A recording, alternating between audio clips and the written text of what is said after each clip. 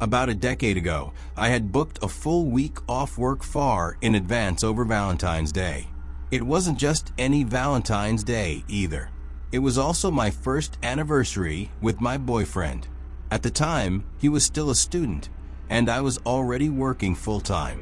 Money was tight for him, so I decided I'd take care of everything. I paid for a really incredible ski trip to another city a few hours away. A nice hotel, lift passes, reservations, the whole thing. I remember feeling proud of myself for planning it. It felt like a big step for us. As the date got closer, we talked about the trip constantly. Every phone call somehow turned into ski outfits, hot chocolate, or which restaurants we wanted to try. He kept saying how excited he was, and I believed him. Then, 3 days before we were supposed to leave, he dropped it on me like it was nothing.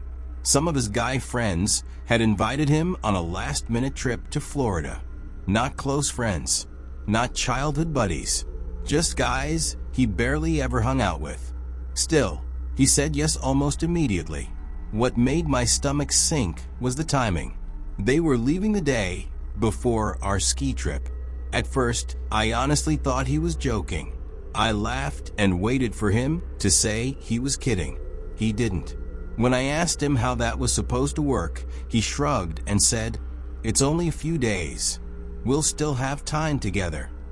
I reminded him that I'd already booked everything, that I'd taken time off work, that this wasn't just a vacation, it was our anniversary.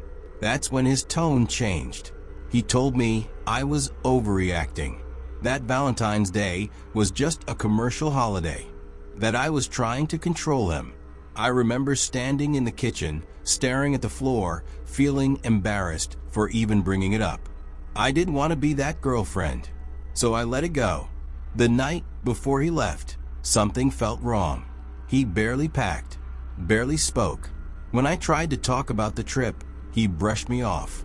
Eventually, he kissed my forehead and said, "I'll see you in a few days. Don't make this a big deal." I watched him walk out the door the next morning.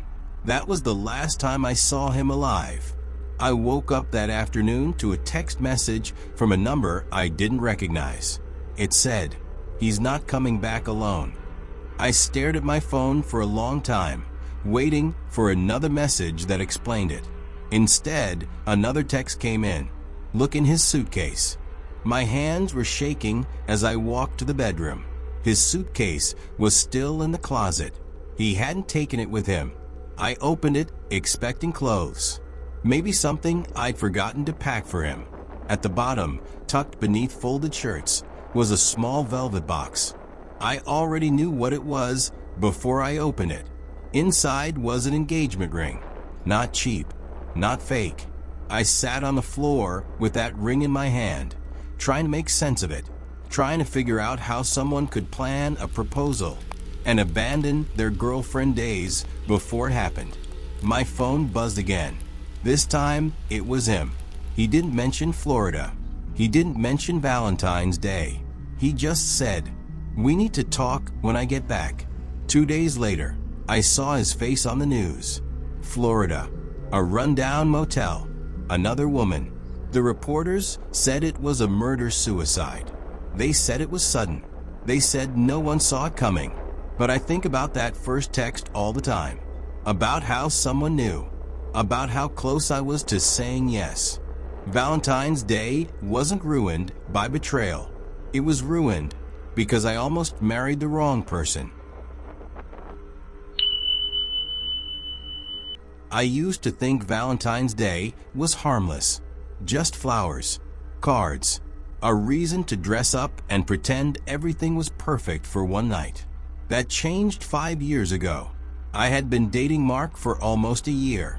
He was quiet, thoughtful, the kind of guy who remembered small details about you. What coffee you liked, which songs made you cry. After a few bad relationships, he felt safe. Too safe. That Valentine's Day, he told me he had a surprise planned. He wouldn't say what it was, only that I should trust him. He said he wanted to do something meaningful, something we'd never forget. I remember feeling lucky. On the morning of February 14th, he picked me up earlier than usual. He looked nervous, checking his mirrors constantly while we drove. When I asked where we were going, he smiled and said, "You'll see." We drove out of the city, past the restaurants, past the lights, eventually even past the familiar neighborhoods. I asked him again where we were going. He said, "Somewhere quiet." That should have been my first warning. After almost an hour, he pulled into a small rental cabin tucked deep into the woods. No nearby houses, no signal on my phone. Snow covered everything, making the place look peaceful, isolated. He carried our bags inside while I stood there, suddenly feeling uneasy. The cabin was nice, clean, warm, candles already lit. That should have been romantic. Instead, it felt staged.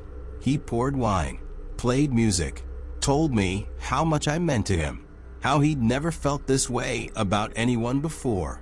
I remember smiling, but my stomach wouldn't stop tightening. At some point, he asked me to sit on the couch and close my eyes. He said he had one last surprise. I did what he asked. I heard him moving behind me, opening something. His breathing sounded heavy. Then I felt something cold brush against my wrist. I opened my eyes. He had handcuffs. I laughed, thinking it was a joke, some awkward attempt at being playful. But he wasn't smiling. "Just trust me," he said. "It's part of the surprise." I hesitated. He noticed. His tone changed, just slightly. "Don't ruin this." Against every instinct I had, I let him cuff one wrist to the arm of the couch. The moment the metal clicked shut, I knew I'd made a mistake. He stepped back and stared at me like I was something he owned. Then he said something I still hear in my nightmares. "I've been planning this for months." He walked into the bedroom and came back holding a stack of printed photos. They were pictures of me, leaving work, sitting in my car, walking my dog, standing outside my apartment. Some of them were taken before we ever met. I asked him how he got them. He smiled and said, "I told you. I've always known you were the one." My heart was pounding, so hard I could barely hear him. I asked him to unlock the cuffs. He didn't. Instead, he knelt in front of me and pulled out a ring. He said he loved me. He said this was proof of his commitment. He said Valentine's Day was the perfect time to make sure I never left. That's when I started screaming. I don't know how long it took for him to snap. Maybe the screaming embarrassed him. Maybe the fantasy in his head wasn't matching reality. He slapped me hard enough to knock the breath out of my lungs. Then he told me to calm down. That's when I saw the door. He'd locked it. I don't remember every detail after that. Trauma does that to you. But I remember this. While he was distracted, ranting about how people always abandoned him, I twisted my wrist until the skin tore, until the pain was so bad I thought I'd pass out. But the cuff loosened. When he turned away, I ran, barefoot, bleeding, into the snow. I didn't stop until I collapsed on the road and a passing truck saw me. The police found Mark in the cabin. They said he was calm, cooperative. He told them it was a misunderstanding, that he just loved too deeply. They also found a box under the bed.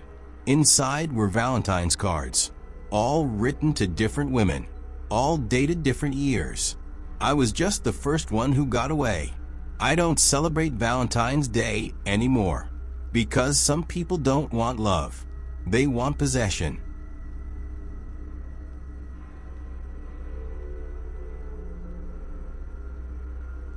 I met Daniel on a dating app a few weeks before Valentine's Day.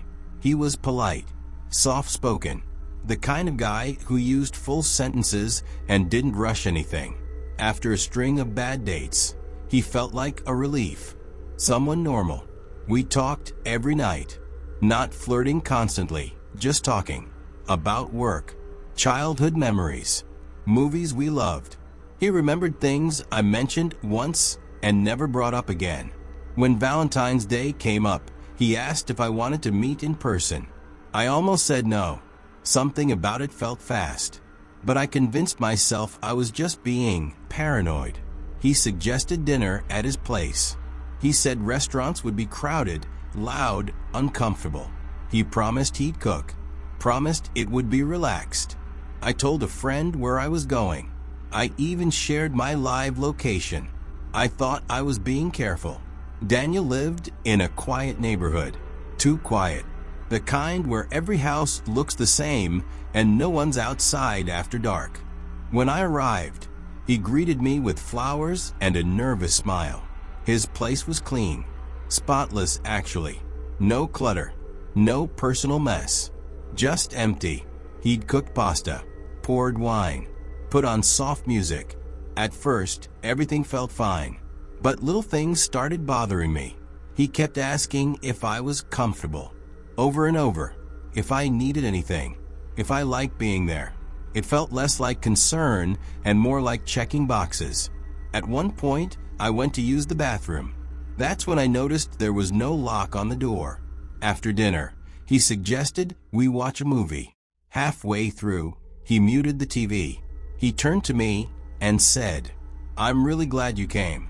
The way he said it made my skin crawl. I stood up and told him I should probably head home. His smile didn't fade. Instead, he asked, "Why?" I said it was getting late, that I had work in the morning. He nodded slowly, then stood up and walked to the front door. He locked it. Then he locked the second lock. I laughed nervously and said, "Okay, that's not funny." He looked genuinely confused.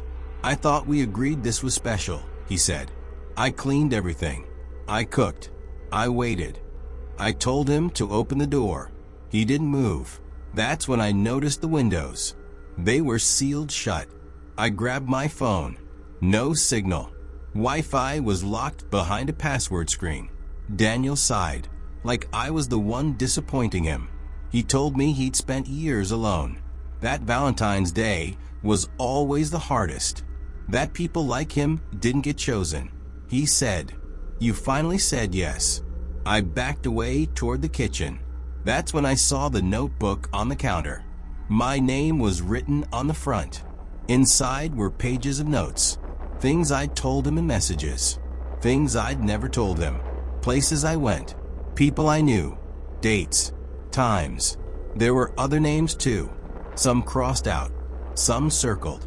Mine was underlined. I don't remember screaming. I remember the sound he made when I grabbed a knife. Surprised. Hurt. Like I'd betrayed him. He kept saying, "I never meant to scare you. I just needed one person to stay." I ran when he reached for me. I don't even remember unlocking the door. Just that suddenly it was open and I was outside, barefoot, running until my lungs burned. A neighbor called the police. They arrested Daniel without resistance. Later, an officer told me something I wish I'd never learned. Daniel had done this before. Every Valentine's Day, different women, same routine, dinner, conversation, locked doors. Some left early, some never did. They never found all of them. I deleted every dating app that night. But every February 14th, I still think about the notebook, about how close I came to becoming just another name, crossed out.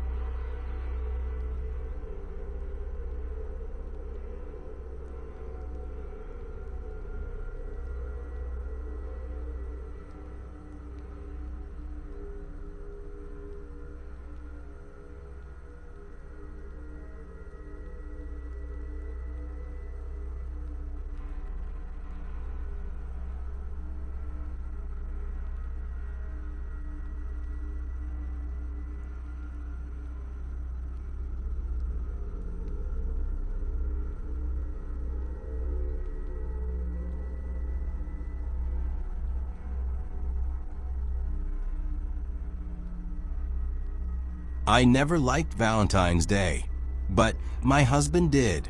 He believed in big gestures, flowers at work, notes in my lunch bag, over-the-top surprises that made other people say, "Wow, you're so lucky." We'd been married for 6 years. From the outside, we were perfect. Behind closed doors, we were just tired. That year, we weren't even planning anything special. He said he'd be working late. I had an early shift the next morning. We agreed we'd celebrate another day. Still, on the morning of February 14th, he kissed my cheek and said, "I have something for you tonight." I remember rolling my eyes and telling him not to bother. He smiled like he knew something I didn't. That evening, he didn't come home. By 10, I assumed work had run late. By midnight, I stopped calling. At 2:17 a.m., the police knocked on my door. They told me there'd been an accident, a collision on the highway, a drunk driver. Instant. They used words that didn't feel real, words that floated past me without landing. Before they left, one of the officers handed me a small paper bag. "Your husband asked us to make sure you got this," he said. Inside the bag was a gift receipt. Valentine's Day. I didn't open the actual gift until the next morning. It was sitting on the kitchen table, exactly where he'd left it, wrapped neatly. A red bow, my name written in his handwriting. I stared at it for a long time before touching it. Inside was a necklace. Nothing flashy, just simple. Something I'd pointed out months earlier and forgotten about. Attached to it was a note. "I know things have been hard. I just want you to know I still choose you." I broke down right there on the kitchen floor. The funeral was days later. People told me how lucky I was, how loved I was, how many women would have killed for a husband like mine. No one talked about the fights, the distance, the nights we slept back to back without touching. Grief doesn't erase guilt. A week later, I found something else. While sorting through his things, I opened his glove compartment. Inside was another envelope, another Valentine's card. This one wasn't for me. It had another woman's name on it. At first, I thought maybe it was old, something from before we met. But the date was current, February 14th, this year. I told myself there had to be an explanation. Then I checked his phone records. Late night calls, long ones, always the same number. I didn't recognize it. I stared at the screen until my vision blurred. Part of me wanted to let it go, to keep the version of him everyone else remembered. But I called the number anyway. A woman answered. She said his name before I could speak. She thought I was him. She asked if I'd gotten the necklace yet. The same necklace. She went quiet when I told her who I was. Then she started crying. She said she'd been seeing him for over a year, that he told her we were separated. That Valentine's Day was supposed to be the day he finally left. He'd promised her a future. He'd promised me loyalty. And then he died before choosing either of us. I wear the necklace sometimes, not because it reminds me of love, but because it reminds me of the truth. That Valentine's gifts don't always mean what we think they do. And sometimes the person you mourn is already gone long before they die.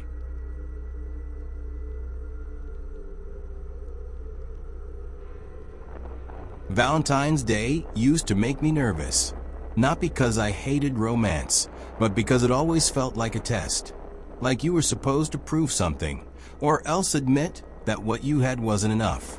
When Chris proposed to me on Valentine's Day, everyone said it was perfect. They said I was lucky. I said yes. We'd been together for almost 2 years. Chris was charming in a quiet way. He listened. He paid attention. He remembered things. He wasn't loud or dramatic, just steady. After a lifetime of chaos, steady felt safe. He planned the proposal carefully. Candles, a private dinner, a handwritten letter he read out loud. his voice shaking at all the right moments. When he got down on one knee, my hands were already covering my mouth. I didn't even hesitate. I said yes before he finished asking. What no one saw was how tightly his fingers wrapped around mine afterward. How he didn't let go. The changes didn't happen all at once. At first, it was small things, suggestions, concerns. He didn't like one of my friends, thought my job was too demanding, said he worried about me when I stayed out late. I told myself it was love. When we moved in together, I noticed how particular he was about everything. Where things went, when doors were locked, who had keys. He installed extra locks for safety. He memorized my schedule. He said it made him feel closer to me. The first time he scared me, it was accidental. I came home late one night to find him sitting in the dark. He didn't turn on the light when I walked in. He just said, "Where were you?" I laughed it off. He didn't. By the time Valentine's Day came around again, I was already shrinking. I stopped wearing certain clothes, stopped seeing certain people, stopped questioning things. That night, he surprised me with another gift. A weekend trip. Somewhere remote. Somewhere quiet. I didn't want to go, but I didn't know how to say no anymore. The cabin was beautiful. Isolated. Snow-covered. No neighbors. No signal. He said it was romantic. I told myself to believe him. That night, after dinner, he locked the door. Then, he locked the windows. I asked him why. He smiled the same way he had the night he proposed, and said, "Forever starts now." I don't remember screaming. I remember begging. I remember him crying while he told me how scared he was of losing me, how much he loved me, how no one else would ever understand us. I remember realizing that love had nothing to do with what he felt. They found me 2 days later. A hiker heard something. Maybe my voice. Maybe just instinct. Chris was still there when the police arrived. He told them everything. He said Valentine's Day made him panic. Said he couldn't stand the thought of me leaving. Said he just wanted to keep me forever. They called it a crime of passion. I call it what it was. I wear the ring sometimes. Not because it means anything, but because it reminds me that the scariest word in the world isn't hate. It's forever.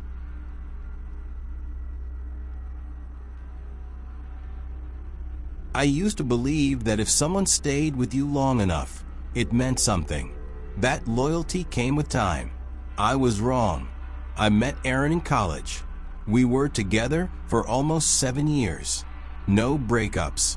No cheating scandals. No dramatic fights.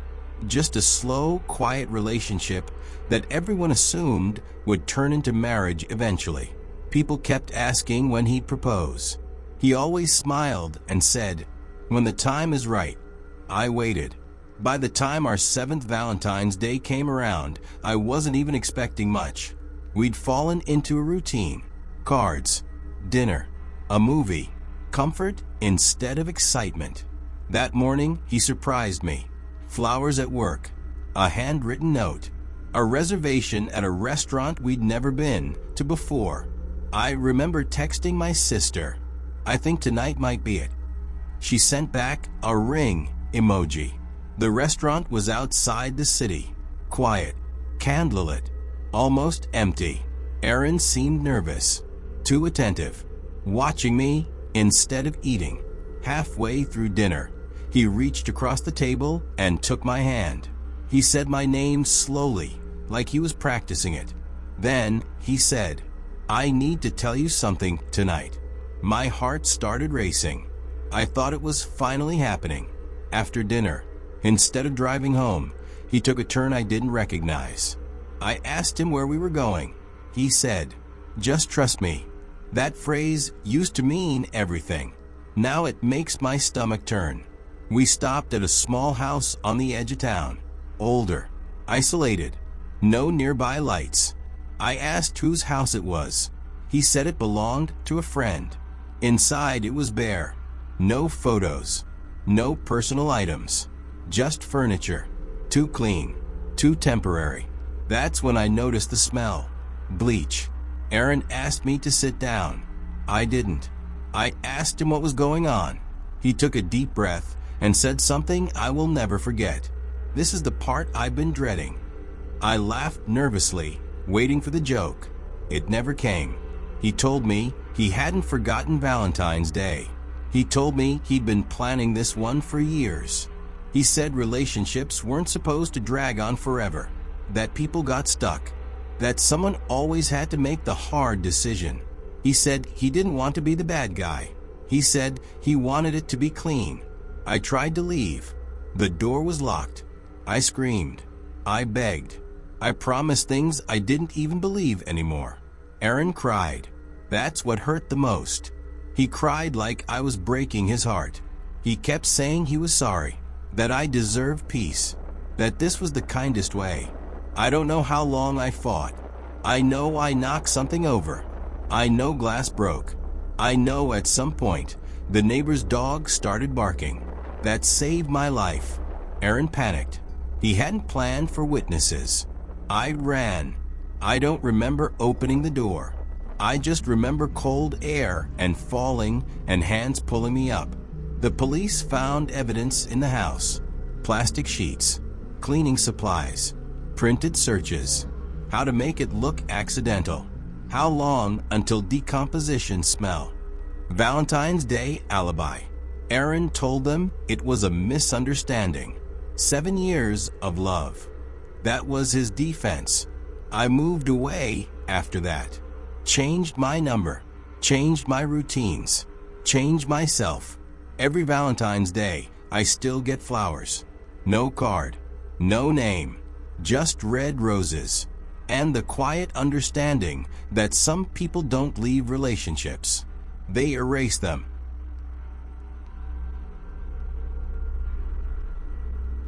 My sister loved Valentine's Day, not in a cheesy way. She just believed in effort. Cards, small surprises, proof that someone cared enough to try. I didn't. I thought it was pressure disguised as romance. She used to tell me I'd understand someday. I wish I never had. Her name was Lily. She'd been dating Ben for about a year. He was older, quiet, polite in a way that felt rehearsed. He always brought flowers when he came over, always shook my hand, always smiled at the right moments. Something about him made me uneasy. I could never explain why.